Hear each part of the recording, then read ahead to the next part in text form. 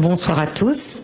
Je suis ravie de recevoir pour ce premier rendez-vous graphique de la saison le studio Syndicat qui a été créé en 2012 par Sacha Léopold et François Avegère. Pour ce rendez-vous, ils ont choisi la formule de la réunion de travail dans laquelle ils vont vous présenter des projets réalisés déjà depuis 2012, mais surtout des projets initiés et en cours de devenir. Ils vont aussi bien présenter des projets issus de la commande que des projets dans lesquels ils prennent une posture plus de critique à travers le commissariat d'exposition ou l'édition d'ouvrages et d'autres projets. Voilà, donc c'est aussi ce qu'il me disait en off, un appel à participation, donc voilà. Je leur laisse la parole. Merci Chantal, bonsoir à tous. Bon, tu as plutôt bien résumé, on n'a plus grand chose à dire. Merci Amélie. Chantal, pardon. Bon, ça arrive, ça arrive. J'espère que ce sera la seule erreur de la conférence. On peut encore se tromper, on a 225 images à vous montrer, du coup on va essayer d'être un peu concis et précis, puisque selon Thierry Chancogne, qui n'est pas là, qui préfère le lancement à la bibliothèque Kandinsky ce soir, précision et concision sont les mamelles de la communication. Donc je suis Sacha Léopold, c'est François Avegère, et la moitié qui est sur l'écran et qui est dans le coin, c'est Kevin Artaud, qui nous assiste aussi depuis cette année. On évolue sur différents types de travaux, en collaboration avec des artistes, des centres d'art, des institutions culturelles, sur des projets qui tentent d'être intelligents, qu'on exige d'être intelligents, en tout cas curieux, et qui prennent compte de leur position, de leur contexte, de la raison d'éditer, de la raison d'imprimer des choses, et notamment de la raison de leur contenu. Choses sur lesquelles on essaye de rebondir intelligemment ou non. On a commencé en 2012, suite à une résidence qui s'appelait La Grande Ourse, et on a mené différents types de projets imprimés, de projets d'identité, de projets aussi de commissariat d'exposition et de collaboration autour d'expositions avec différents artistes. On a lancé tout récemment notre maison d'édition, après avoir confondé avec Thierry Chancogne, entre autres, la maison Tombolo Presse, pour laquelle on a dessiné pas mal d'ouvrages. On va commencer par une partie qui s'intéresse en général aux supports imprimés et aux objets de communication qu'on a pu construire avec différents lieux et différentes structures. On a dessiné il y a 2 ans l'identité de la Villa du Parc. Villa du Parc qui est située à Annemasse, c'est un centre d'art. Annemasse, évidemment peu de personnes connaissent, c'est situé juste en face de la Suisse. L'idée étant, la Suisse étant définie typographiquement par l'Helvetica, on s'est dit pourquoi pas utiliser de l'Helvetica, mais qui ne serait pas d'Helvetica, en tout cas sa petite sœur médiocre. On a utilisé de l'Arial qu'on a redessiné. Donc l'ensemble de l'identité de la Villa du Parc tente de ne pas utiliser de capitale et est dessiné en Arial, ce qui fait évidemment rêver tous nos amis suisses. Cette identité n'a pas de logotype non plus. Étant donné que c'est un centre d'art qui est, les affiches et les objets de communication sont diffusés essentiellement dans la ville d'Annemasse, on n'avait pas besoin d'identifier le centre d'art n'avait pas besoin d'être identifié avec un logotype. Donc l'identité se base uniquement sur un choix typographique qui est l'Arial un peu modifié et des bandes colorées qui viennent diviser le format en 3. Soit dans la hauteur, soit dans la largeur, comme on peut le voir ici sur les affiches de saison. En ce qui concerne l'iconographie, on a souvent l'habitude de recevoir des images en nous disant c'est le visuel de l'exposition, c'est la meilleure image de l'expo ou c'est l'artiste qu'il faut montrer. On a refusé ce principe-là en disant envoyez-nous des images, on recadrera dedans des parties qui nous intéressent afin de composer des images intéressantes, puisque l'affiche n'est pas un support d'exposition mais un support de communication. Il a le droit d'avoir son autonomie visuelle et de se composer avec les éléments textuels qui l'animent. Et c'est d'autant plus compliqué de choisir un visuel pour une exposition collective parce que ça met en avant plus un artiste plus qu'un autre et c'est toujours un peu délicat politiquement en tout cas. On a aussi produit des ouvrages avec la Villa du Parc. On est en train d'en produire un second dont on parlera un peu plus tard. Ici, c'était le catalogue qui revenait sur la première année où Garance Chabert était la directrice. Donc ici, c'est le premier centre d'art dont on s'est occupé. Initialement, on avait travaillé sur ce projet à 3 avec Thibaut Robin, qui nous a laissé depuis. Mais donc, à l'époque, on a commencé à composer l'identité. Le centre d'art, donc le CIRVA, n'avait pas de site internet et c'est le seul centre d'art en France qui n'a pas de lieu d'exposition, qui est uniquement un lieu de production. Et donc ça reste un endroit assez mystérieux. Et du coup, on a profité de tous les objets de communication et de diffusion du CIRVA, qui sont le papier en tête, les cartes de visite, les cartes de correspondance et les enveloppes, pour diffuser et montrer la production du CIRVA par 3 types d'images qui sont des vues d'atelier, donc du travail, des reproductions d'œuvres et des vues d'exposition, parce que la plupart des œuvres du CIRVA, même la totalité des œuvres du CIRVA, ont vocation à être exposées par la suite. Je fais un petit aparté à la suite du CIRVA. Plusieurs choses qu'on ne vous a pas expliquées, notamment l'objet de cette conférence, en tout cas pas précisé. Réunion de travail veut dire on a besoin de travail. On ne fait pas de hiérarchie dans les projets qu'on fait. Tous nos travaux sont alimentaires, mais il n'y a pas de hiérarchie économique, c'est-à-dire qu'on ne cache aucun projet qu'on fait pour faire rentrer de l'argent. Chaque projet doit faire rentrer de l'argent. Évidemment, dans la culture, chaque projet en fait rentrer très peu. Donc ce soir, on a aussi besoin de travailler. C'est pour ça qu'on vous montre nos productions, mais aussi des productions ou des intentions que l'on a envie de lancer au dialogue. De lancer au dialogue veut dire d'une part trouver de l'argent, de deux trouver des intelligences scientifiques pour animer des projets, trouver des lieux, trouver des partenaires. Donc certes, beaucoup des projets qu'on va vous montrer sont des projets réalisés, mais certains autres sont des ouvertures et des débuts de discussion en tout cas. Ici, une image que l'on avait fait pour une exposition qui s'appelle Les Référents à l'école des Beaux-Arts de Gennevilliers, qui permettait aux étudiants de rencontrer un ensemble de référents. Les référents à l'époque en 2010, les référents potentiels de 2020 et les artistes référents de 2010 auxquels on demandait quels étaient les artistes qui les animaient dans les années 2000. Une liste d'artistes du coup assez énorme pour une toute petite école qui est une prépa aux écoles d'art. Étant donné cette liste d'artistes, notre culture à l'époque est toujours assez modeste de l'art contemporain, on a décidé de chercher chez les 2 commissaires un ensemble de ressources visuelles, aussi textuelles pour découvrir un petit peu le contenu. Il s'agit juste de ce qu'on a découvert dans leur bibliothèque autour des artistes présentés. Ici, la fiche de l'exposition Grappus, en tout cas au moins écrite Rapus, qui était montrée à l'école des Beaux-Arts d'Amiens.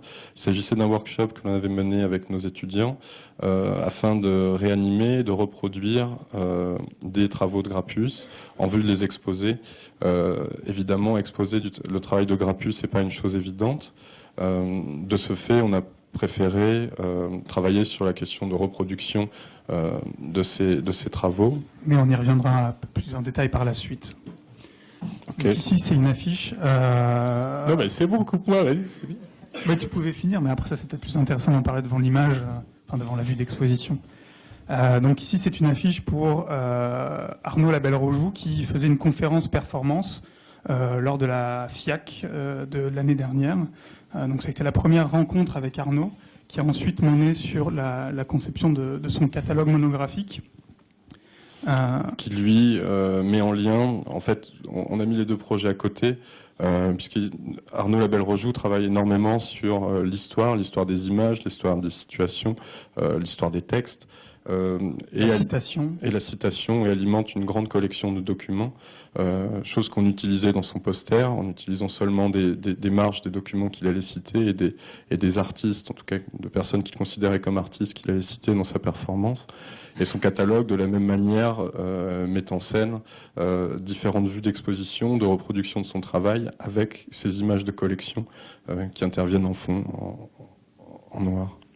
Donc ici, c'est un catalogue réalisé pour le scriptorial d'Avranches, L'une des spécificités les plus intéressantes, à notre avis là-dessus, c'est qu'on avait des grosses contraintes techniques, et pour pallier à ces contraintes techniques et avoir un objet un peu plus épais, on a simplement coupé un format A4 en deux, mais dans la hauteur. Ça ne nous a pas fait un format A5, mais un A4 en deux, en fait, tout simplement. Non, l'idée la contrainte était technique, mais aussi économique. Il s'agissait d'établir un catalogue d'une collection d'une centaine d'ouvrages qui venaient d'être acquis par le scriptorial. Et afin de pouvoir imprimer un objet digne de ce nom qui puisse s'appeler un livre, on a décidé de le rendre plus épais, de le rendre plus étonnant par son format étroit. Donc ici, c'est la monographie de Fouad Bouchoucha, qui est un artiste marseillais. On a tenté avec lui quelque chose aussi en rapport avec son travail, où il a fait des éliges de jardin, des éliges de jardin, pardon, où il a fait produire une élige au Maghreb et une élige par une entreprise française. Et il comparait pas tellement, il mettait simplement l'un à côté de l'autre les deux éliges, l'une avec des qualités qui sont techniques hyper précises, et l'autre qui a une certaine qualité avec le craquelage de la cuisson de la céramique. Et ici, il était question d'essayer de comparer, encore une fois, deux qualités physiques du matériau, ici le matériau papier et les qualités d'impression. Le catalogue faisait 2 fois 64 pages, donc 128 pages. 64 pages en français, 64 pages en anglais. Les deux parties traitent des mêmes pièces avec deux vues d'expo différentes à chaque partie. Mais la première partie en français est imprimée en France, la deuxième partie en anglais est imprimée en Lituanie. La partie française est envoyée en Lituanie, l'ensemble du catalogue est façonné en Lituanie et renvoyé en France. Pour témoigner de tout ça, on a juste 2 doubles pages, le cahier central et la première et la deuxième de couve, qui nous permettent de comparer les qualités d'impression des deux imprimeurs, sachant que l'imprimeur lituanien imprime plus magenta que l'imprimeur français. Et que le vernis de l'imprimeur lituanien est beaucoup plus brillant que celui du français, mais peut-être qu'il vieillira mal, on saura plus tard. Ici, c'est un catalogue qui revient sur les travaux de mémoire d'étudiantes de l'école du Louvre, plus une exposition de ces documents qui ont servi à alimenter les travaux de mémoire des étudiants de l'école du Louvre, dont le master s'intéressait à la photographie d'exposition. Afin de mettre en place cette exposition et cette publication, on a eu une journée de workshop à la bibliothèque Kandinsky pour regarder les documents, mais du coup aussi pour les numériser. Lieu assez difficile, la bibliothèque Kandinsky, pour numériser des documents. De ce fait, on s'est intéressé à employer 3 types d'outils de numérisation en fonction des types de documents. Le premier, un scanner à main, le deuxième, un banc de reproduction, et le troisième, un appareil photo pour tout ce qui était partie diapo. Et chaque technique de captation numérique était propre à un type de support, c'est-à-dire les livres reliés avaient le scanner à main, l'appareil photo pour les diapositives, ce qui permet aussi, parce que c'était de ça dont il était question dans l'exposition, du parcours des images et comment une même photographie peut devenir à un moment donné un carton d'invitation, une vue d'une performance ou aussi une photographie du photographe. Ici, un exemple avec un travail de Pina Bausch reproduit sur un poster, mais aussi reproduit dans un catalogue de photographie comme œuvre du photographe. Donc ici, c'est le catalogue de la promotion 2013 de la Villa Arson à Nice. Donc on a été invité par Céline. Par Céline chez Alviel. Donc on était face à une liste de, je ne sais plus combien, une vingtaine de textes assez courts sur chaque étudiant, en français et en anglais. La particularité de ces textes, c'est que c'est assez compliqué, même si c'est Stéphane Corréard qui les a faits, et qui est quelqu'un qui a l'habitude d'écrire sur des jeunes artistes, en rencontrant en une demi-journée un jeune artiste d'écrire un texte réellement intéressant et propre au travail de jeune artiste. Ça permet surtout de valider l'accès au monde de l'art à ces jeunes diplômés et de manière formelle, afin de répondre à cette première commande qui était le dessin d'un site internet. On a proposé de dessiner un objet imprimable en ligne via une plateforme qui s'appelle Blurb. Donc on voulait rester dans l'idée d'un objet imprimé qui puisse à un moment se transmettre et rester en termes physiques. Et deuxièmement, les textes permettaient de soutenir, on le voit physiquement dans la deuxième partie, soutenir les images. Évidemment, pour revenir sur la critique d'un étudiant, les textes étaient tous lisibles, aucun d'eux n'était vraiment caché. La troisième partie consistait plutôt à montrer une autre forme du travail des étudiants. Ici, par exemple, c'était une performance, une œuvre qui était active lors du passage du visiteur, du spectateur, de la personne qui passait à côté, et qui activait via des capteurs électriques. Et l'étudiant en question nous a fait comprendre en fait qu'une photographie rendait rien et ne rendait pas la sensation ni son travail, mais qu'un schéma électrique, pour quelqu'un qui connaît l'électricité, en rendra beaucoup mieux compte et beaucoup plus fidèlement. Ici, un projet réalisé il y a 2 ans avec l'artiste Rémi Groussin. On nous a proposé, on avait 27 ans, de faire la première monographie d'un jeune artiste qui avait 27 ans, qui sortait à peine de l'école, pour un budget qui nous permettait d'imprimer en France à peu près 64 pages, à 4 couleurs. L'idée de la monographie d'un artiste à 27 ans qui a à peine bossé et qui a un budget pour faire 64 pages nous intéressait beaucoup. Du coup, on s'est dit, qu'est-ce qu'on peut faire avec ce budget de 64 pages ? Pourquoi on ne ferait pas un livre plus gros ? Du coup, on propose, plutôt que d'imprimer ce catalogue en France, de l'imprimer en Lituanie. Les imprimeurs lituaniens nous proposent de faire 164 pages. On s'est dit, ouais, c'est génial, cet objet va être énorme, en tout cas à minima. On utilise un papier bouffant avec une grosse main, l'objet devient encore plus grand. Sauf on que utilise du cuir pour la couverture, un scan, parce qu'on n'avait pas non plus trop de budget. Et au final, on se rend compte que remplir 164 pages à 27 ans, c'est complètement impossible, à part délayer complètement le contenu. De fait, on propose un ensemble de doubles pages blanches qui viennent rythmer l'ouvrage, et ça devient un espace à remplir pour le travail de Rémi. Donc ici, c'est une soirée Villa Arson. Ouais. On part de la Villa Arson toute la soirée. Coucou Céline. Donc c'est un livre qui accompagne l'exposition d'Eva Barthaud à la Villa Arson à Nice, qui a eu lieu juste avant l'été et durant l'été. C'est le premier livre de sa toute jeune maison d'édition Buttonwood Press, qui a la particularité de laisser la page la plus importante aux financeurs du livre. Et donc ici, c'était un objet financé par la Villa Arson. C'est pourquoi il a sa place tout seul en couverture pour le mettre en valeur. Et donc c'est un livre qui relate la quête de pouvoir de Pierre-Joseph Arson et sa ruine face à l'alchimiste et mathématicien je l'ai noté parce que c'est un peu compliqué, Onevrunsky, et qui se base à partir de recoupages de documents qui ont été scannés soit par Google Books ou par d'autres organismes de scan de livres en ligne. On a aussi conçu à la bibliothèque Kandinsky les 2 documents restituant l'université d'été, les 2 premiers documents, puisqu'on n'y est plus invité, les 2 premiers documents restituant l'université d'été, la première revenant sur l'exposition Magicien de la Terre, exposition phare de l'art contemporain, puisque c'était la première exposition qui mélangeait de l'art occidental et de l'art non occidental, de l'art parfois fait par des Noirs, par des Africains, des Indiens, des choses comme ça, choses un peu terrifiantes. Une exposition donc qui avait fait date. Il y a eu il y a 3 ans une exposition qui revenait sur cette exposition. Mais encore une fois, on va revenir dessus un peu plus tard. La deuxième expérience l'année dernière revenait sur un sujet lui aussi délicat à traiter, qui était la spoliation des œuvres d'art par les nazis pendant la Seconde Guerre. Ici, on a plutôt travaillé sur un index, sur des possibilités d'entrée autour de ces notions, et Jackie Chan en étant une. Ici, c'est un petit document qui accompagne une exposition sur la collection de Colette Tornier.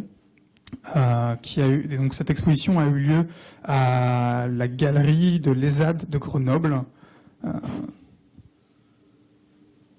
Non, mais tu peux continuer, hein, je t'écoute, moi je suis bien. Non, mais je sais plus trop ce que je voulais dire là-dessus. Non, ce qui nous paraissait intéressant dans ce petit document, c'est un document imprimé en ligne pour la somme modique de 600 €, je crois, pour faire 32 pages. Et on se pose souvent la question, en tout cas les lieux avec lesquels on travaille se posent souvent la question de faire un document de médiation, de faire un document de salle, de faire un document potentiellement qui va rester dans le temps ou un catalogue. De faire des cartels. De faire aussi des cartels. L'idée ici étant de faire les vues d'expo avant l'expo, de tout imprimer, de mettre les titres au-dessus des images, de pouvoir circuler dans le lieu, de voir un texte, et ce document peut rester avant, pendant et après l'exposition pour la somme modique de 600 €. Impression uniquement. Impression uniquement.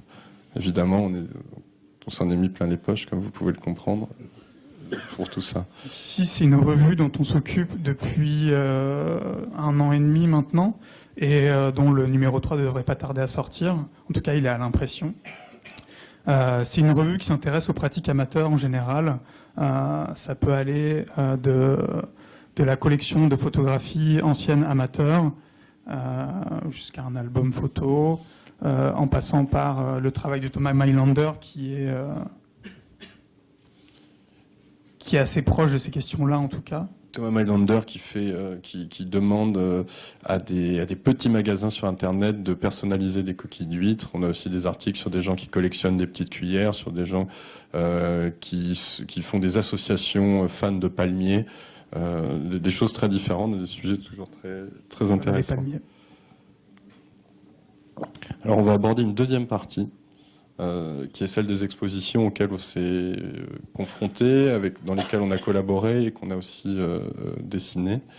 La première exposition est celle dont on parlait tout à l'heure. On ne se souvient que des photographies qui, à Béton Salon, montraient les documents originaux qui nourrissaient les mémoires des étudiantes de l'école du Louvre. Donc on nous a demandé de faire la scénographie de l'exposition, mais en nous expliquant qu'il n'y avait pas du tout de budget. Mais vraiment pas du tout. Du coup, on s'est dit qu'on allait réécrire. Je reviens, je te coupe, François. Il y avait 100 € de possibilité d'achat à Leroy Merlin. Du coup, ils ont acheté 25 plaques de verre. Tu mens? C'est vrai. J'ai rien dit. Et du coup, on a réutilisé d'anciens supports, d'anciennes planches de bois, d'anciennes petites tables qui ont servi à des précédentes expositions. Étant donné qu'il n'y avait même pas de tréteaux, on les a mis par terre. Non, on préférait les mettre par terre comme un chemin de fer déroulé de ces mémoires. La seule chose acquise était ces plaques de verre qui venaient juste être posées sur les documents, eux-mêmes posées sur les planches de bois, elles-mêmes posées sur le sol. Ce qui a été assez difficile à faire entendre aux conservateurs de la bibliothèque Kandinsky. Peut-être pour ça qu'ils ne nous invitent plus maintenant. Possible. Donc ici, on a été invité par Marie Bechtoile à mettre en espace ce qui pourrait être la monographie d'une artiste qui s'appelle Juliana Zefferi. Et donc on a choisi de tout imprimer sur des rideaux. C'était un espace assez petit qui est la galerie In Extenso à Clermont-Ferrand. Et l'idée était d'avoir un parallèle entre la manipulation et l'espace des pages, l'espace des pages déployées, l'espace des pages mobiles, les questions de lecture, mais aussi les questions de sculpture, puisque le travail de Juliana Zefferi est un travail numérique et dans l'espace en volume, qui croise toujours ces deux notions, et on trouvait que cette possibilité formelle amenée par les rideaux la mettait plutôt en avant. Et c'est une artiste qui a aussi l'habitude de revenir sur son travail d'exposition en exposition, de réutiliser ses précédents matériaux. On en parlait tout à l'heure, la rétrospective de l'exposition Magicien de la Terre, à laquelle on a contribué avec l'artiste Sarkis à l'élaboration d'une grande frise d'une 50aine de mètres sur 5 mètres de haut qui entourait l'ensemble de l'exposition. Il était question d'y accrocher des images, aussi de les éditer, mais surtout de pouvoir les légender. On reviendra après sur ce légendage qui est réalisé grâce à une petite imprimante jet d'encre portative qui nous permet d'imprimer sur 12 mm de haut, mais sur aussi 7 mètres de long si l'on veut. Deuxième exemple. Pardon. Non, j'allais parler de la typographie, mais on en parlera après. Oui. Deuxième exemple d'utilisation de signalétique, encore une fois à la Villa Arson, pour une exposition qui s'appelait Bricologie. On aime beaucoup cette petite machine, donc on aime beaucoup en parler. Coucou Céline. Ici, la première exposition dont on a réalisé le commissariat, qui s'appelait Monosucuri, forme d'impression, qui s'intéressait à montrer une sélection de travaux de graphistes internationaux, tous emblématiques de la technique d'impression qu'ils utilisaient. C'est une exposition qui a été coproduite avec différentes écoles d'art et différentes institutions, le tout porté par Chaumont à l'époque avec Étienne Hervy, qui a circulé du coup, qu'on n'avait pas imaginé circuler à la base, et dont le format et le dessin des tables réalisé avec Lionel Diniz Salazar citait le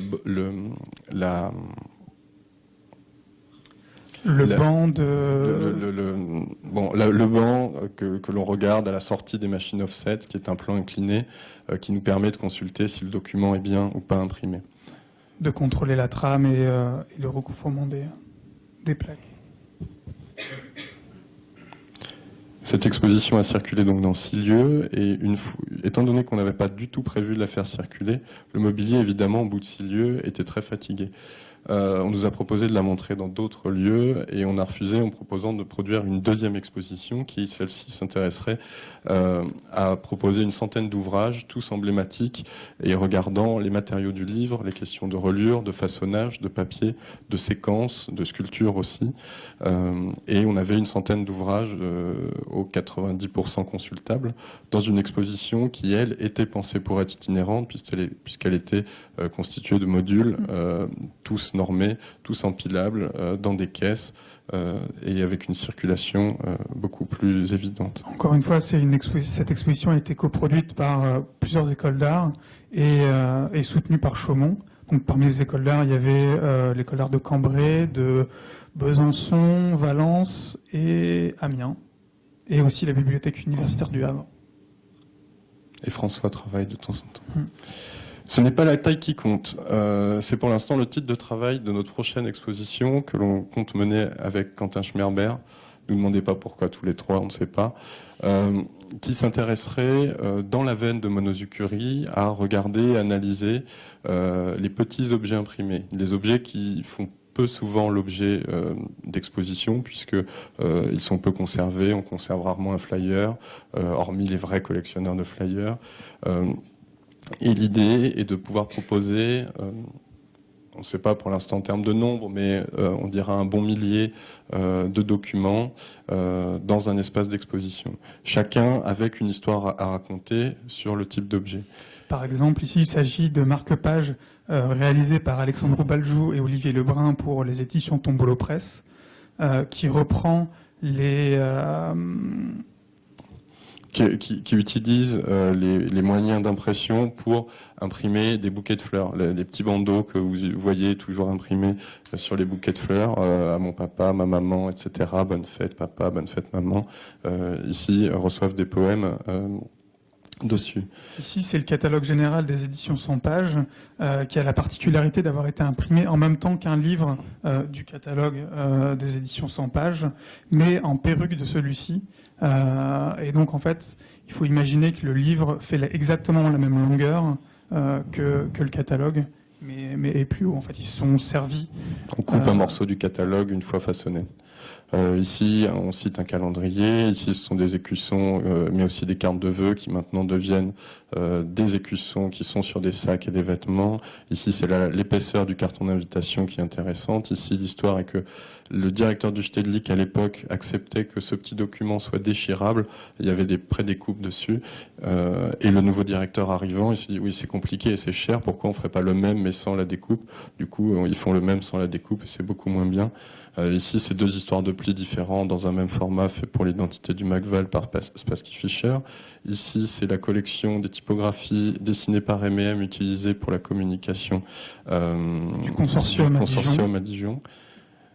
Avec à chaque fois des impressions gonflantes particulières. Ici, c'est les flyers réalisés par Edfella pour différentes manifestations, toujours sur des formats A3 avec des papiers colorés en impression noir et blanc.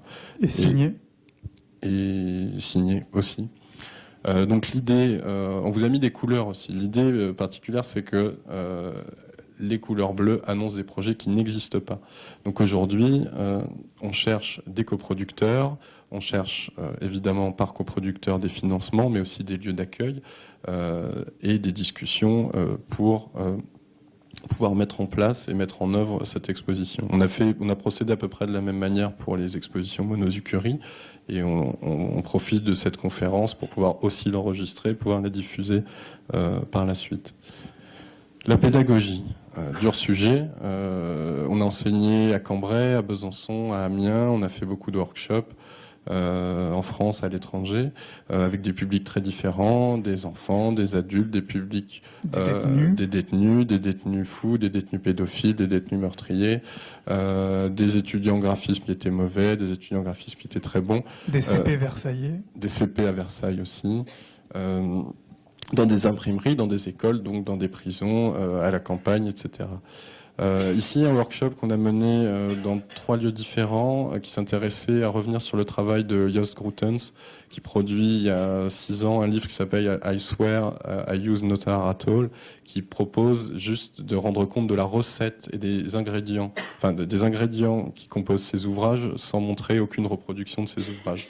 Donc en partant des ingrédients de ces ouvrages, typographie, papier, format, grille, etc., on y injectait des contenus différents. Ici, un workshop à Rennes en imprimerie qui permettait, chez les compagnons du Sagittaire à l'époque, avant que ça devienne média graphique, qui permettait d'éprouver les limites techniques des machines d'imprimerie par la production de 3 posters où l'imprimerie nous était dédiée pendant une demi-journée. Ici, une tentative de film... Non, tu parleras plus, c'est fini, je parle tout le temps. Ici, une tentative de film élaborée à Nancy avec Étienne Hervy et Aurélien Maule, qui amorce un projet dont on parlera tout à l'heure.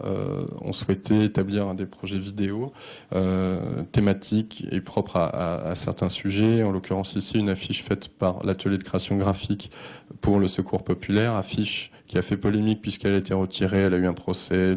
Le Secours populaire a dû payer des milliers d'euros aux ayants droit des personnes du couple qui est en bas à gauche de l'affiche. Le projet n'étant pas là, ça nous permettait, ce projet vidéo, de s'intéresser à l'ensemble des producteurs de cette image, aussi bien en tant que graphisme, en tant que photographie, en tant que format et en tant que typographie. Donc il y avait toute une articulation, une arrivée ici, le travail photographique de Bettina Reims montré dans un ouvrage, le tout posé sur la colombe. C'est un peu le point de départ d'une envie et dont on va vous expliquer plus tard, qui est de faire une revue sur le graphisme. Donc ici, c'est les fameux, 3 images des fameux workshops en maison d'arrêt. Donc l'image de gauche est à la maison d'arrêt de Chaumont et les 2 images de droite sont à la maison d'arrêt des Baumettes à Marseille, mais dans le service psychiatrique de l'hôpital, donc qui réunit à la fois des gens un peu déprimés par leur passage à l'acte, par leur détention, ou simplement fous et en attente de jugement, ou fous mais déclarés quand même coupables. Et pour la petite histoire, on avait envoyé 3 des affiches réalisées par les détenus au Festival de l'affiche de Chaumont, et 2 d'entre elles ont été retenues et font partie maintenant du fond du festival et ont été montrées au même titre que les autres, au même niveau que les autres. La chose intéressante dans cette anecdote est que les détenus n'ont pas le droit de représentation une fois incarcérés. On a envoyé ces images à notre nom en partenariat avec, je crois, les initiales des détenus. Mais les initiales ou le prénom, je ne sais plus. Ici, un atelier avec des enfants dans une exposition au musée des impressionnistes à Chatou, dont le commissariat avait été mené par Aurélien Maule, et dont l'exposition avait été dessinée en vue d'être photographiée par les enfants. Donc une fois les photographies établies, il s'agissait d'établir des protocoles qui permettaient soit de redresser les images avec les enfants, soit de regarder les sujets qui les avaient plus ou moins intéressés et de compiler tout ça dans un ouvrage. Donc ici, la fameuse vue d'exposition de l'exposition sur un collectif de graphistes, donc Grapus.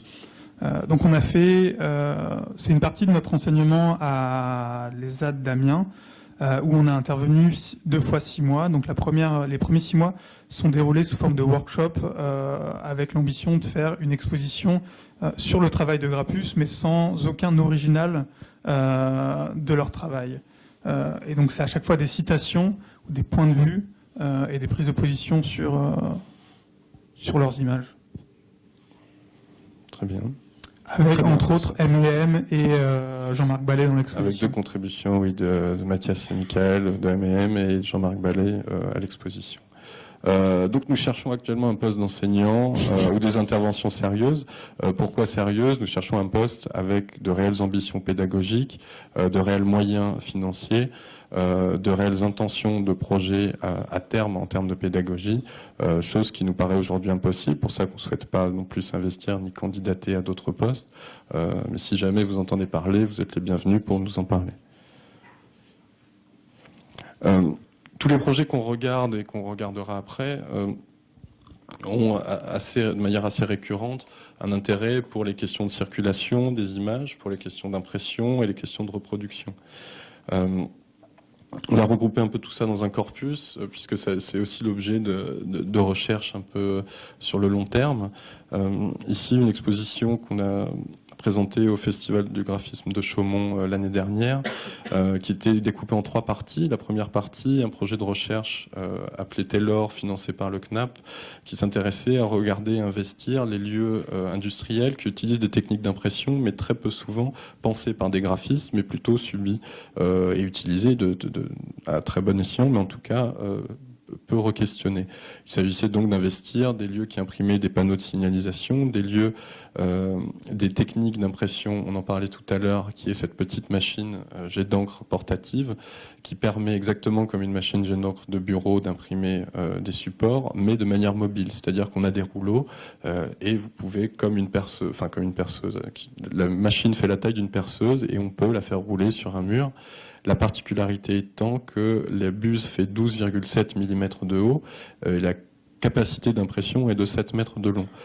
Donc ce qui nous a conduit à dessiner à chaque fois des caractères, soit qui n'avaient pas de montante, pas de descendante justement.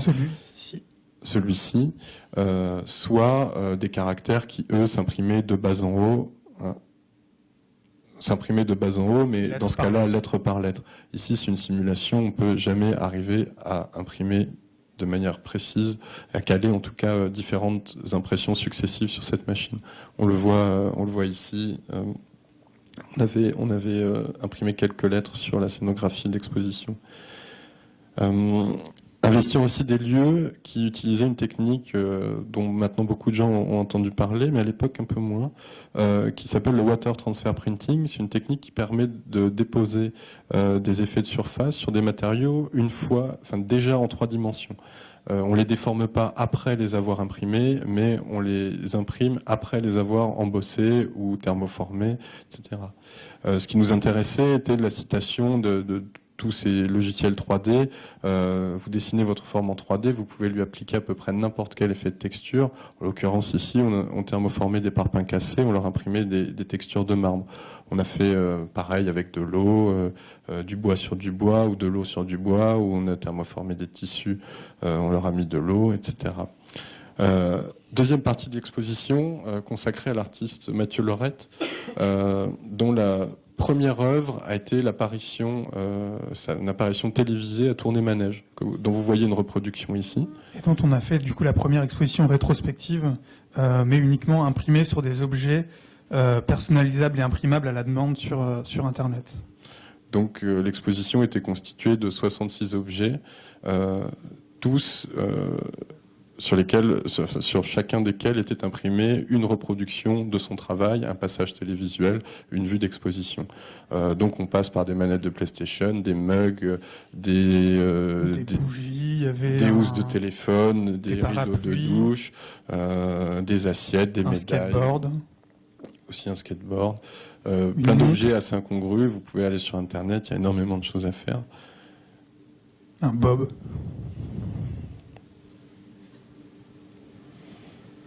Donc ça, c'est une vue plus générale de l'exposition. Dans cette dans cette idée, en tout cas ce qui nous intéressait ici, dans cette exposition, était comment montrer le travail d'un graphiste sans en faire un catalogue, ni en faire une exposition rétrospective. Ici, on est vraiment entre les deux, un petit peu comme le travail de Julian Azeferi où on imprimait sur des rideaux. On a un display, on a une scénographie, mais ce ne sont pas des œuvres, ce ne sont pas des repros, ce ne sont pas que des repros, mais ce sont un tout petit peu des œuvres. En tout cas, on n'est pas fixé sur le statut de ces objets, mais ils peuvent témoigner d'un travail vieux de 20 ans.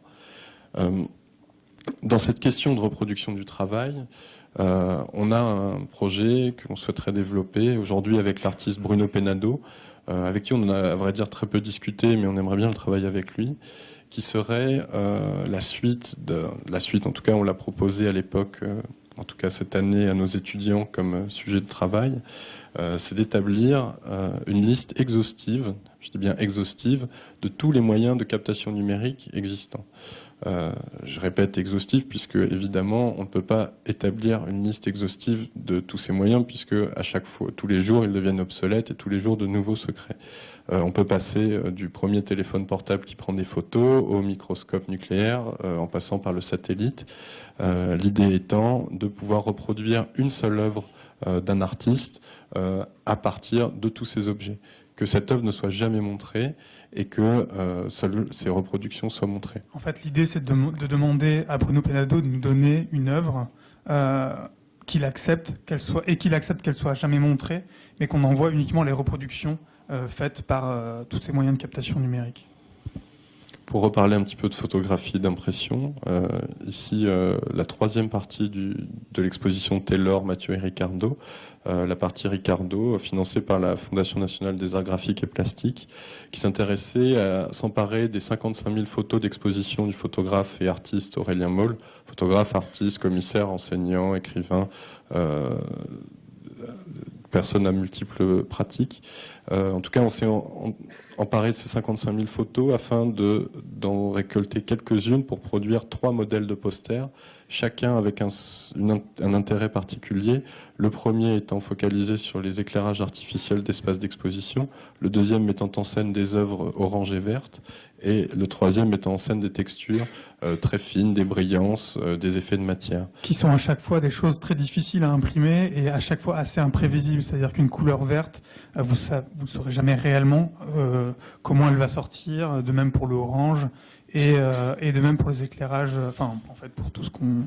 D'où la nécessité généralement d'aller au calage lorsqu'on imprime quelque chose chez un imprimeur. On s'est dit, ok, nous on va pas au calage. On passe commande à 5 imprimeurs qui impriment pour pas cher des posters. On envoie 3 modèles de format 40-60 avec la nécessité d'avoir le même papier, un coucher brillant 150 grammes, facile à imprimer. On demande à chaque fois à ces imprimeurs de nous imprimer 250 exemplaires de ces 3 posters. On les envoie en Lituanie, en Italie, en Belgique, en Chine et en Bulgarie, et on compare ces résultats. Ces résultats sont très différents. Le prix n'a pas d'influence particulière, la qualité change. Il y a simplement les Chinois qui n'ont pas compris le grammage du papier, mais c'est ça. Et l'idée était, dans la présentation, de mettre en comparaison, de la même manière qu'on peut le faire chez un imprimeur, toutes les suites de ces images, là où les différences se créent. Ici, on voit ici, c'est assez typique des imprimeurs belges chez qui on a imprimé, que l'impression est un peu plus magenta. Donc on voit à chaque endroit les différences légères qui se forment. Deuxième rapport aux imprimeurs étrangers, on a découvert il y a quelque temps un objet qui s'appelle le bulletin officiel des imprimeurs, qui fédérait à l'époque différents imprimeurs français, une grande somme d'imprimeurs français, à montrer leur savoir-faire dans un seul ouvrage qui circule entre imprimeurs, mais aussi entre clients. Certains imprimeurs à l'époque étaient spécialisés dans la reproduction d'étiquettes de vin, d'autres dans la reproduction de tableaux, d'autres dans l'héliographie, d'autres dans la gravure. Donc avec des principes et des procédés assez différents et des rapports aussi aux commandes très différentes. La photographie pouvait être produite avec de nombreuses techniques d'impression, et ont compilé toutes ces choses dans un seul et même ouvrage. L'idée aujourd'hui serait de citer cet ouvrage, en tout cas l'utiliser, afin de créer un almanach des imprimeurs européens, de pouvoir visiter un nombre important d'imprimeurs européens en fonction de leurs spécificités, de pouvoir leur proposer aussi de montrer des choses dont ils sont fiers, dont ils ont envie de parler, que ce soit en termes de technique d'impression, en termes de façonnage, en termes de spécialité, puisque il y a aussi beaucoup d'imprimeurs qui utilisent ou qui travaillent sur des encres très particulières. On découvrait très récemment, à côté de la Villa du Parc, centre d'art pour lequel on travaille, un imprimeur qui est spécialisé dans des encres pour emballage de cigarettes, emballage de saucisses, de gros saucissons en plastique, mais qui sont des encres à effet très particulières et qui ont la spécificité de pouvoir se déformer, de pouvoir être embossées, etc. Donc il y a un panel de choses à montrer, déjà en France, mais au point de vue européen, assez riche. L'idée étant pour l'instant d'imprimer des premières feuilles, des premières planches en facsimilé de tous ces scans que l'on a fait et de surimprimer les techniques particulières de ces imprimeurs sur ces feuilles. Toujours une question d'encre ici, une participation à une exposition qui s'appelait l'usage des formes, dont le commissariat a été fait par Galien Desjean au Palais de Tokyo. Ici, c'était l'entrée de l'exposition, donc l'usage des formes, l'affiche avec le titre typographié, mais typographié à l'envers, puisqu'il s'agissait en fait de la citation d'un néon vu de l'intérieur, puisque on nous proposait dans cette exposition de mettre en avant le travail de l'artisan, donc de travailler avec en collaboration. Abiola, qui était Abiola Fatai, néoniste. c'est ça. Donc on y a produit 3 projets, chacun avec un artisan différent.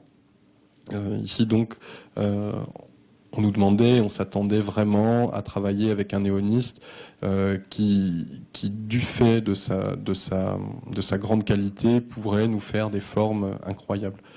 Ici, on lui a demandé de faire des tubes droits avec juste un petit coude en haut. Ici, un travail de 6 plaques de marbre. Réalisé avec Franck Jalot, du coup, qui fait de la gravure lapidaire. Réalisé et gravé, oui, à la main par Franck Jalot. Ici, un travail d'une petite collection qui était une collection de livres emblématiques de l'exposition, qui était très chère à Galien Desjean et qui souhaitait absolument les mettre ensemble. Sauf que la moitié des couvertures étaient affreuses. Une était bien dessinée par Pierre Faucheux, mais on lui a proposé du coup de faire des écussons ou des étiquettes de bibliothèque, mais en cuir doré à chaud. Pour le coup, avec un artisan plutôt de mauvaise foi, mais a priori de bonne qualité, mais ce qu'on n'a pas trouvé.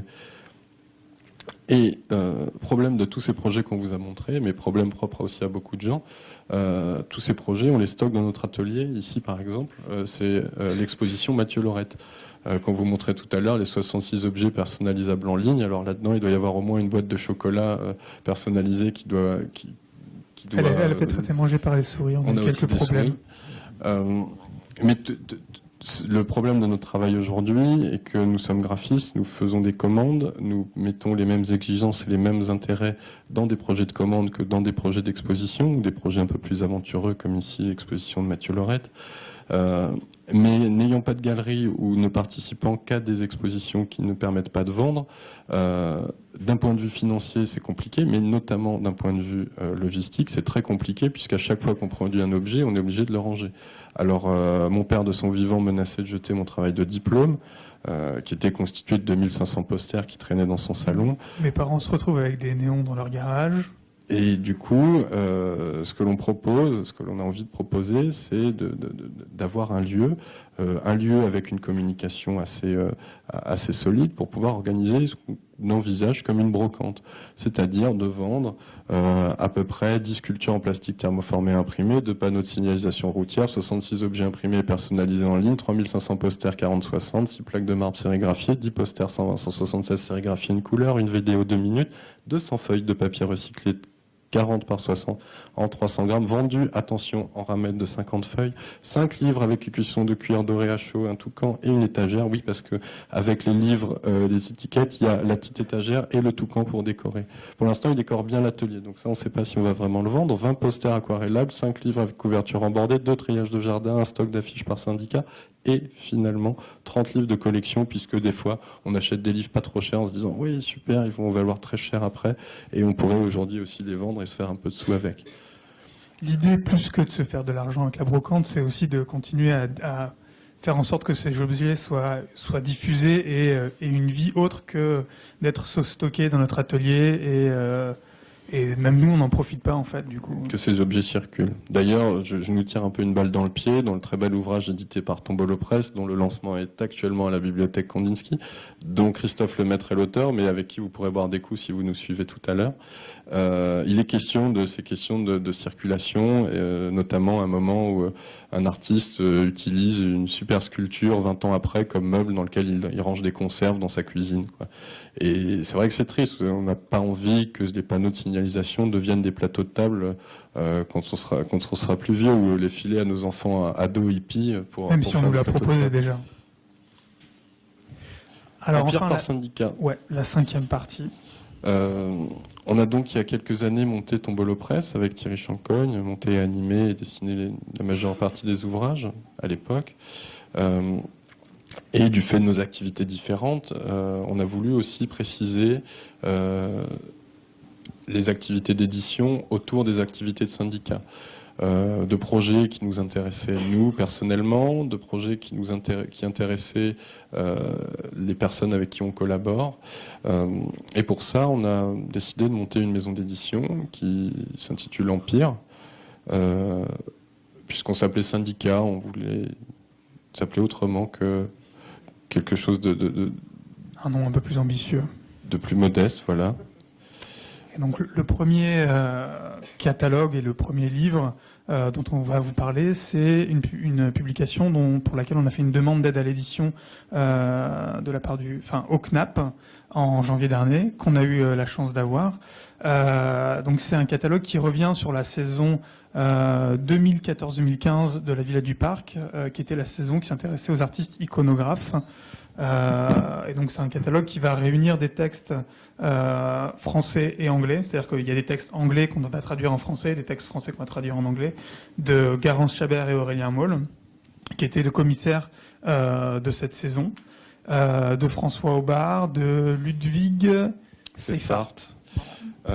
Et d'un autre auteur. Ce qui est intéressant, c'est l'idée de cette publication est de revenir aussi sur des textes qu'ont produits les commissaires Garance Chabert et Aurélien Moll il y a quelques années, et de pouvoir voir comment cette génération d'artistes qui utilisent les images, que ce soit les images en constellation, les images en ligne, comment cette génération a passé aussi les questions de reproduction, de photographie de leurs pièces, puisque aujourd'hui on fait des photographies pour Internet, mais on fait aussi de manière différente des photographies pour des livres.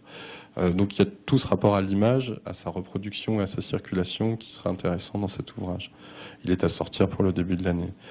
On est en train de terminer une publication avec Étienne Hervy et la FNAGP pour le commissariat de l'exposition Ne te retourne pas, qui avait lieu cet été. Un petit peu avant l'été, il s'agit de revenir sur l'exposition en surimprimant des objets qui étaient présents de manière très discrète dans l'exposition et qui s'intéressaient à regarder la qualité des possibilités de trame par l'impression en ligne.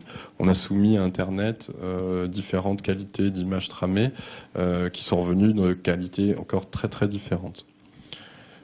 Payé par la pub. Payé par la pub, c'est un projet qu'on a dans les cartons depuis 7 ans au moins, qui s'intéresserait un petit peu de la même manière qu'aujourd'hui on peut lire 20 minutes, on peut lire direct, je sais plus quoi, dans le métro.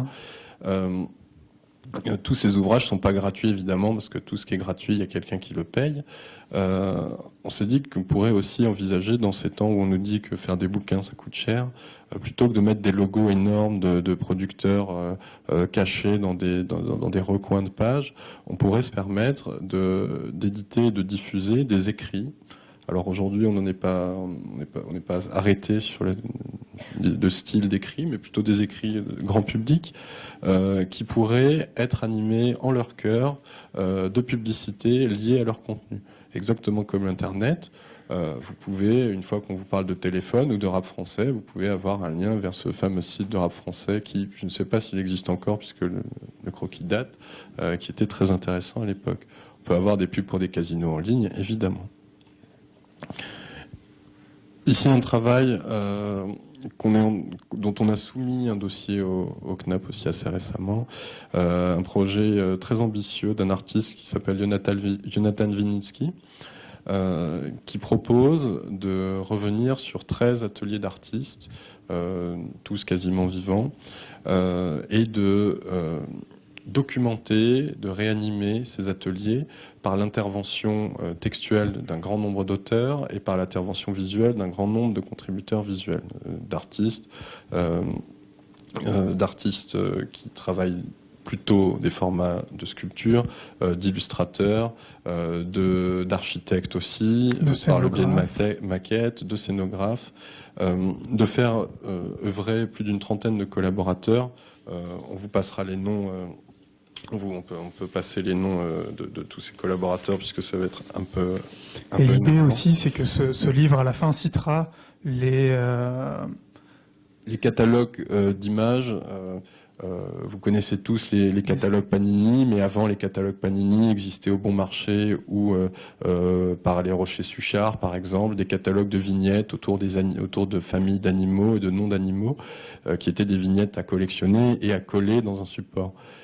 Ici, cet ouvrage qui documentera ces 13 ateliers d'artistes sera composé de 400 vignettes, toutes à coller à la main, mais l'objet sera vendu déjà collé. C'est-à-dire que si on a 400 vignettes et 500 ouvrages, on a 20 000 vignettes à coller dans 164 pages pour le moment, non 240 pages pour le moment, lors d'une performance à la Villa Vassiliev, pour l'instant arrêtée. Si vous avez du temps à perdre. Et fixée. Donc ces différents ateliers d'artistes sont documentés par des approches très différentes. Ici, un scan d'un atelier. Ici, un croquis de Bruno Munari ou de Léo Lionni. On ne sait pas, mais c'est la partie qui s'intéresse à Bruno Munari et Lionni. Ici, une pièce un dépôt de peinture photographié dans l'atelier de Orion. Il s'agit à chaque fois d'investir vraiment les lieux, d'en récupérer des archives, des espèces de reliques, d'investir le lieu de manière très différente. L'idée de ce livre, c'est pas de faire un objet documentaire sur les ateliers, mais bien d'apporter un nouveau récit et des nouveaux points de vue sur les artistes et leurs ateliers. C'est un objet très particulier, un sujet très particulier, mais qu'on a hâte de pouvoir un jour mettre en œuvre. On est toujours très surpris par toutes ces planches Ikea qu'on voit sur les arbres. Notre atelier est dans le 18e, et c'est vrai qu'il y en a vraiment beaucoup, et dans le 18e. Et l'intention serait ici de pouvoir récupérer et recycler ces planches en tant que telles, pouvoir les redécouper, pouvoir en faire des panneaux à peu près viables, et d'inviter 3, 4, 5 designers à proposer des systèmes modulaires qui puissent établir des étagères, qui puissent établir du mobilier, mais de manière sérielle, en s'adaptant à tous ces formats d'objets que l'on peut trouver dans la rue. Des largeurs très particulières, des épaisseurs très très fines. Et l'idée serait de vraiment créer un événement ou un moment où on puisse éprouver et monter ces objets. Stanley Brown par ses cartons d'invitation. Lorsqu'on était à la bibliothèque Kandinsky, on a eu la chance de découvrir la communication des expositions monographiques de l'artiste Stanley Brown qui s'intéresse à la performance. C'est un artiste qui a la particularité de refuser qu'on écrive sur lui et de refuser qu'on fasse des photos, qu'on fasse des vues d'exposition de son travail. Donc en fait, il n'y a aucun écrit ni aucune image qui circule sur Stanley Brown. Et c'est quelqu'un qui aussi est très exigeant sur sa communication et sur les cartons d'invitation. C'est des choses qu'on a remarquées au fur et à mesure. C'est que, par exemple, en 1977, il était un peu moins regardant, mais au fur et à mesure, il imposait à tous les lieux qu'il exposait d'utiliser l'Helvetica, un même corps, je ne sais plus exactement, mais de n'utiliser aussi aucune capitale. Et donc c'est quelque chose d'assez fort. Et donc l'idée, c'est que comme on ne peut pas écrire ni reproduire le travail de l'artiste, on va faire une expographie de son travail à partir uniquement des cartons d'invitation qu'on... Pour ces expositions monographiques. Donc aujourd'hui, on cherche quelqu'un qui pourrait nous fournir de manière précise et certaine l'expographie de Stanley Brown, afin de pouvoir redessiner ces cartons et redessiner les cartons que l'on n'a pas, puisqu'on a accès aussi à d'autres fonds qui peuvent documenter un certain nombre, mais afin de les organiser et de proposer une expographie assez complète et formellement aussi fantasmée de son travail. C'est un artiste qu'on a commencé à découvrir aussi pendant l'exposition des 25 ans des Magiciens de la Terre, notamment dans le catalogue, enfin ça nous a assez surpris, dans le catalogue d'exposition initiale, c'était la seule double page complètement blanche avec juste écrit Stanley Brown au milieu. Comme il ne voulait pas de reproduction de son travail ni aucun texte, c'était sa réponse et du coup c'était assez impressionnant. Alors, une revue sur le graphisme. Depuis la petite vidéo qu'on vous montrait d'un workshop qu'on avait initié à Nancy avec Aurélien Moll et Étienne Hervy. Sur l'affiche du Secours populaire français. On a envie depuis quelque temps de regarder le graphisme et de pouvoir établir un objet critique. À l'époque, c'était un objet vidéo et de plus en plus... Pas spécialement pour pouvoir lutter contre Internet, mais afin de pouvoir aussi avoir un rapport à l'objet imprimé, chose qui nous intéresse. On souhaite monter une revue qui s'intitulerait Faire F-A-I-R-E, comme faire des choses, faire des images, faire des livres, faire des affiches, et qui pourrait regarder et critiquer des sujets uniques, mais des sujets aussi tentaculaires, c'est-à-dire que ces sujets puissent à un moment donner lieu à l'intervention d'autres projets. On travaille aujourd'hui sur un format envisagé d'un objet A4 de 16 pages qui sortirait tous les 15 jours, mené par 2 auteurs, Thierry Chancogne et Étienne Hervy. Donc il s'agit de traiter un sujet par un auteur dans un objet à la fois, de manière très régulière. Et l'avantage, en tout cas la volonté aussi de faire une revue papier, c'est de pouvoir préciser, être beaucoup plus précis et beaucoup plus long, justement dans les descriptions et dans l'analyse des travaux, des sujets choisis. La deuxième idée étant que plutôt qu'un regard critique à distance, recevoir un livre que l'on va commenter et établir une critique à distance, à chaque fois, les auteurs des textes, Chancogne ou Hervy, se rendent dans le lieu, dans le studio, en l'occurrence ici chez Mavis et Vanderson, pour le deuxième sujet chez Philippe Millot, qu'on vous montrera après, et établissent des entretiens qui sont des bases à cette publication. Ces entretiens pourraient aussi, on imagine aussi, pouvoir publier aussi ces entretiens par la suite. On travaille actuellement sur 2 numéros 0, afin, et pour nous en tant qu'éditeur et pour nous en tant que graphiste, puisqu'on souhaite en faire le graphisme, et pour les auteurs aussi, Étienne et Thierry, regarder des méthodes de travail, des formats, des économies, et pouvoir aussi dégager des financements autour de ces 2 numéros 0, puisque le problème central aujourd'hui est de trouver de l'argent, puisque vous l'aurez compris, Empire n'en est pas encore un vraiment, ou un empire pas très très riche. Le premier objet du numéro 0 est le catalogue Recollected Works de Mavis et Vanderson, qui revient sur leur travail de graphiste au sein d'un objet assez épais de plus de 200 pages, et qui nous propose des assemblages très frontaux de l'ensemble de leurs travaux, que l'on ne voit jamais en entier, et qui finalement nous liste des formes, nous liste des images, nous liste des sujets, des rapports à la typographie. Ce qui est assez particulier, c'est que Mavis et Vanderson sont des gens très peu sur le devant de la scène. Si on les compare peut-être, je sais pas, à Experimental Jet Set, Experimental Jet Set donne des conférences partout, sont présents partout et ont un plaisir de la scène, ont un plaisir de la démonstration et du regard de leur travail. Mavis et Anderson, pour le coup, sont très discrets et vous prouvent presque, en tout cas on en parlait lors de notre rencontre, et presque un refus de montrer, ou en tout cas, ce qu'on répondait récemment à une interview, on répondait aussi qu'on comprenait cette forme, puisque c'est pas à nous non plus de regarder notre propre travail et de le commenter. On leur propose à ce moment-là de faire un ouvrage monographique, et finalement ils en font un ouvrage qui ne documente quasiment rien de manière scientifique ou pour des chercheurs, mais qui établissent une somme très conséquente, une somme numérotée en plus de ça et légendée à la suite, mais qui vous invite à aller ailleurs. C'est pour ça qu'on trouve pour cette revue ce projet intéressant, puisqu'il devient tentaculaire dans le sens où on peut à partir de ça aller regarder un ensemble de projets arrêtés à l'époque en 2005, puisque l'objet est arrêté en 2005, un ensemble de projets qui en découleront, avec lesquels on peut avoir des échos, ce qui permet d'avoir un travail assez riche. On insiste sur l'aspect tentaculaire, tant il peut être historique, qui peut regarder la carrière générale d'un graphiste ou d'un studio de graphisme.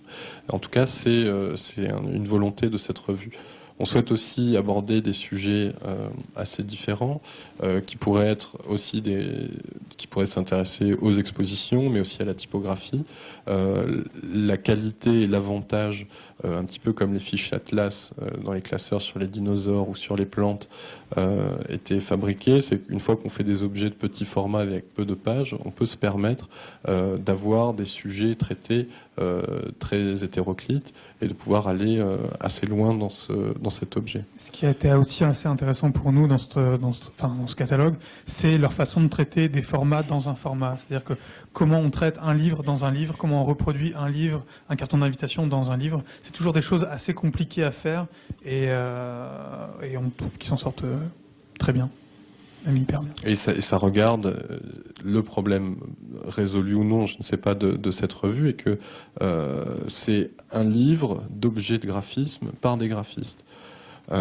Chose assez ardue, puisqu'on essaye aussi de faire une revue sur des graphistes, éditée par des graphistes, etc. Donc il y a plein de questions qui se posent dans ces questions aussi de documentation. Comment est-ce qu'on va reproduire des objets montrés, enfin des objets dans cet ouvrage? On souhaite aussi établir nous-mêmes, en tout cas dessiner la direction des photographies et pouvoir la partager avec les personnes chez qui on se rendrait.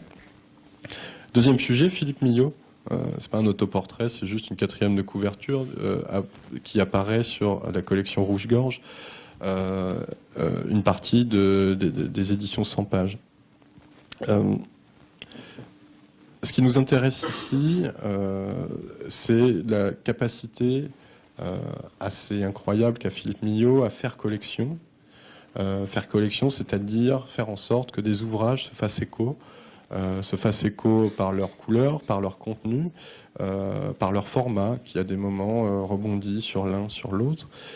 C'est par l'ensemble du rapport qu'il a, je parlais de format tout à l'heure, ici, un rectangle d'empagement qui cite un autre ouvrage, par son travail typographique, évidemment, mais ça paraît assez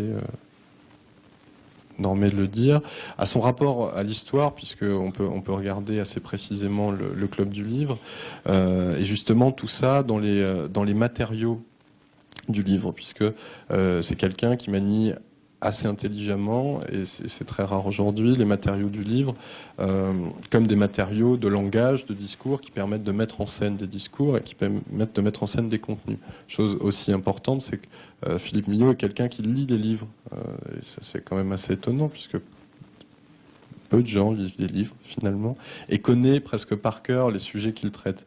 Ce qui lui permet de rebondir, de faire des pics sur les sujets, de rebondir et de mettre en scène ces sujets de manière parfois très scientifique, parfois très brutale, et parfois aussi très tirée par les cheveux, finalement. Mais parfois en citant de précédentes éditions, de précédentes impressions de ce même du même ouvrage. Mais ce qui permet en tout cas d'en faire une collection très riche.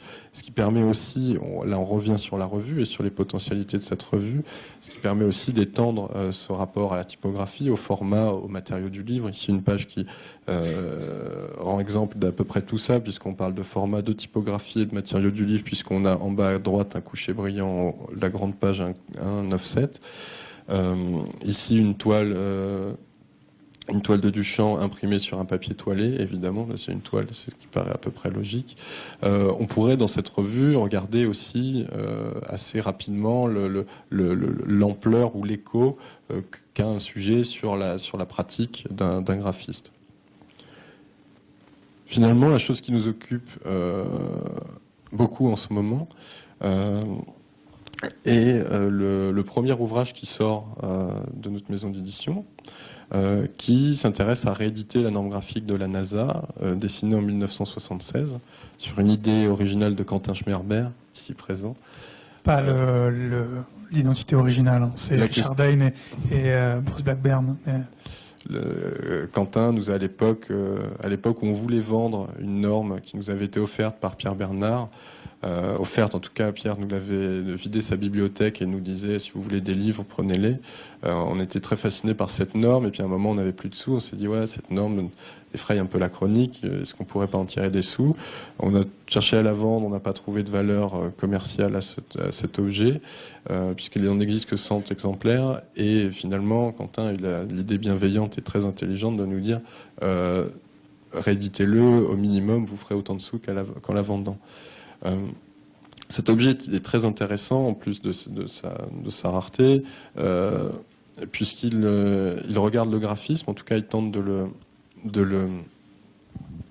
le diffuser aux gens qui gèrent le graphisme à l'époque, à la fin des années 70 à la NASA, de diffuser dans tous les centres de la NASA un objet très brutal, très sommaire sur la manière d'établir des images, la manière d'utiliser des logotypes, des typographies, mais sans montrer d'histoire, en tout cas sans établir des histoires abracadabrantes comme aujourd'hui les agences pourraient vous faire rêver en vous parlant de couleurs, d'usages. On vous explique de manière très simple comment monter des images, comment utiliser ou ferrer ou non des textes. Surtout, c'est un ouvrage qui nous paraît assez exemplaire de comment on pense une identité graphique globale. Et donc c'est aussi pour ça qu'on a choisi de le rééditer en noir et blanc, avec le nuancier qui revient sur toutes les couleurs utilisées, et de le rééditer à un prix qui est 20 € pour que tous les étudiants puissent avoir un objet d'étude intéressant à notre avis. Et surtout, chose qu'on a oublié, de le traduire. En fait, l'ouvrage est composé comme on le voit bien ici. L'ouvrage original était un classeur, donc des pages imprimées toutes, en tout cas seulement à leur recto. On a scanné le recto et verso de chaque page, le verso étant blanc, en vis-à-vis de la page de droite, la page de gauche accueille la traduction en rouge.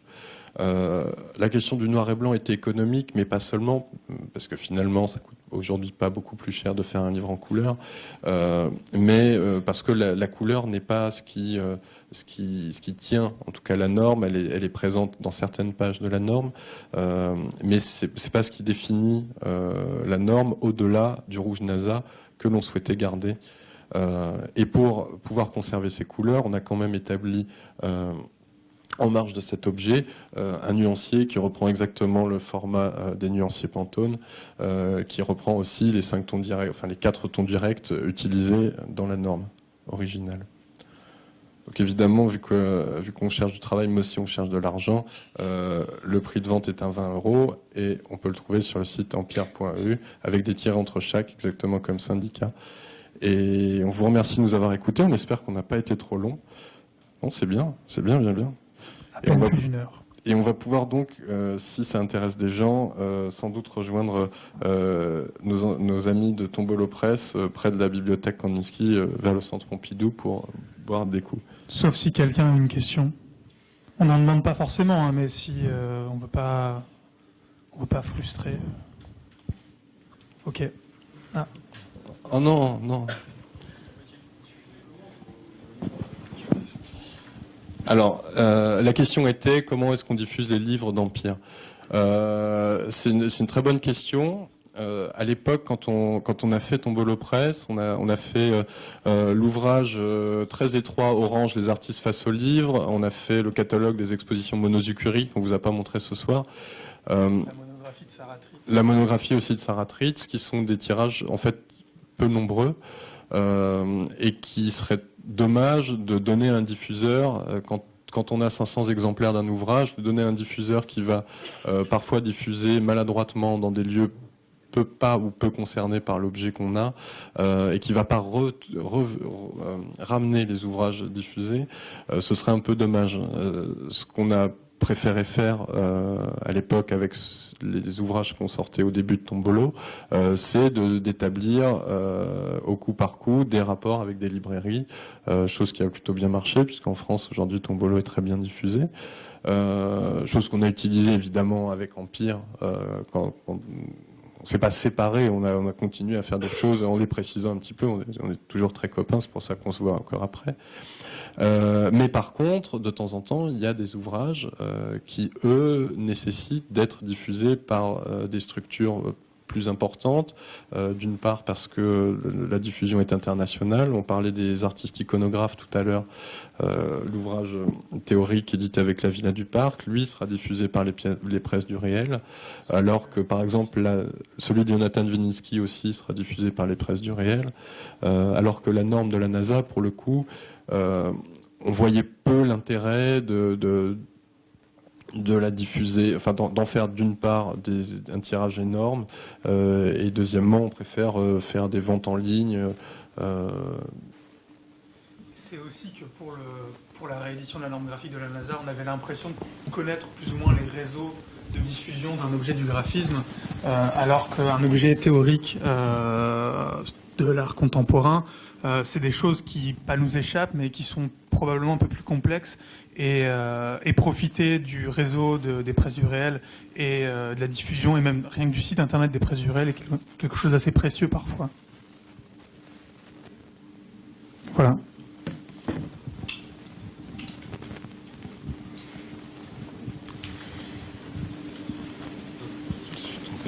Merci. Merci beaucoup.